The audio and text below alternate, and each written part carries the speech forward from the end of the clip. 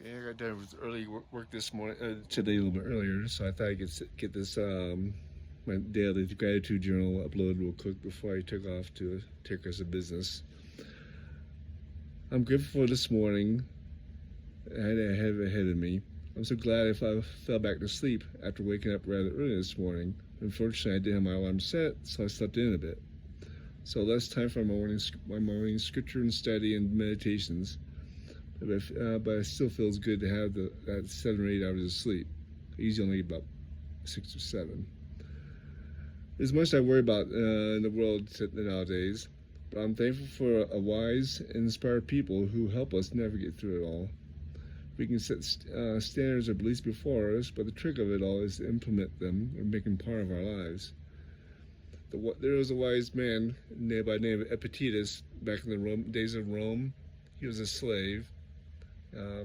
But he said, though, when the standards have been set, the work of philosophy is just this, to examine and uphold the standards, but the work of the truly good person is in using these standards when they know them. Despite cruel master, he was a slave, or exile, he was exiled by Nero. He never wavered in the practice of the standards or works of his philosophies he espoused. Epictetus' life was a practical demonstration of the philosophical teachings, making his philosophy not just a theory, but a practical way of his life. That's his example to me. For my faith and religion must not be just a simply important part of my life, but must be the whole basis of my life. And I hate to, I was writing here, I hate to skip on one of my favorite chapters of the Book of Mormon, Alma chapter 30, but I'm in a bit of a hurry to get moving this morning. I was late. This chapter is the epitome of what we're offered in this sacred book, the playbook of the adversary. The Antichrist Korihor appeared and is challenging the church in the teachings it offers. We're seeing such people before us this very day. When Korah was taken before the chief judge of the area he was at, and asked why he was doing what he was doing, Korah said to him, because I do not teach the foolish traditions of your fathers, and because I do not teach these people to bind themselves down under foolish ordinances and performances which are laid down by ancient priests. This modern thought nowadays dismisses religion as foolish. As something passed down from ignorant ancestors. I've always loved Alma's response to him, but later he was facing Alma now. He was the chief judge of all the land. He brought him before him in the discussion. He was saying, Alma says to him, and now what evidence you have that there is no God, or that Christ cometh not? I say unto you that you have none, save it be your word only. But behold, I have all things as a testimony that these things are true. Most of that is a wonderful declaration. Our dear Alma goes in the list from the foundations of his own belief, the magnificence of the universe, and the worlds of the words of the prophets, the scriptures. But he had already exposed the foolishness of Korah's position. Korah is not prepared to face the same scrutiny which he would apply to the church that he is attacking. He has no real evidence of for his position.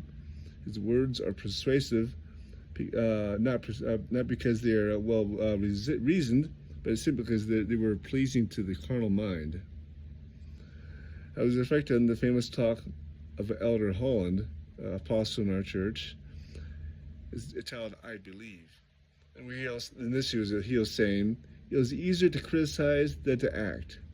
That a sincere declaration of belief is a far higher manifestation of moral courage than is a declaration of doubt.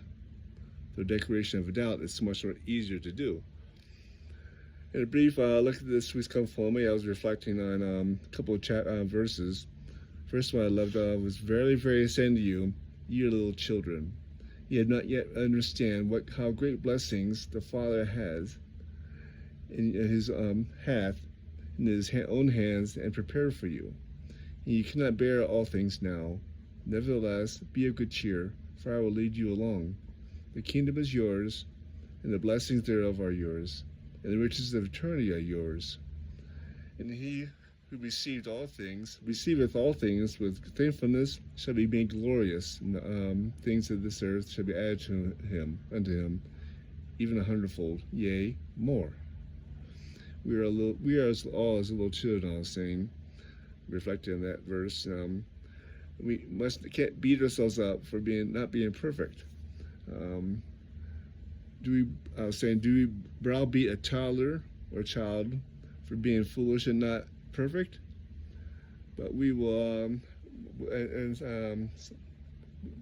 we have the Lord to lead us along, and He promises heavenly things, blessings, and the kingdom of heaven is ours. The last statement about receiving the things with thankfulness. He says that he who receiveth all things with thankfulness shall be made glorious. This is one of the verses about receiving all things with thankfulness. This is one of the founding scriptures to help me want to do this daily gratitude journal, to receive things all with gratitude and thankfulness, and give thanks for the inspirations the Lord gives me each day. My study each morning. I do about 1 or 2 hours a day of study before I set off in the morning. Anyways, I said, I gotta run, I need to get ready to head up to my truck and leave for the day. Love you. So, this day 3, it's gonna get easier, and I already do 1 or 2 hours a day and study and editing my journal. This is just eventually when I get down, take less than 10 minutes each of my days. So, help keep me to the task, do it every day. So, yeah, perhaps I'll get better. Take care. Talk to you again tomorrow. Bye.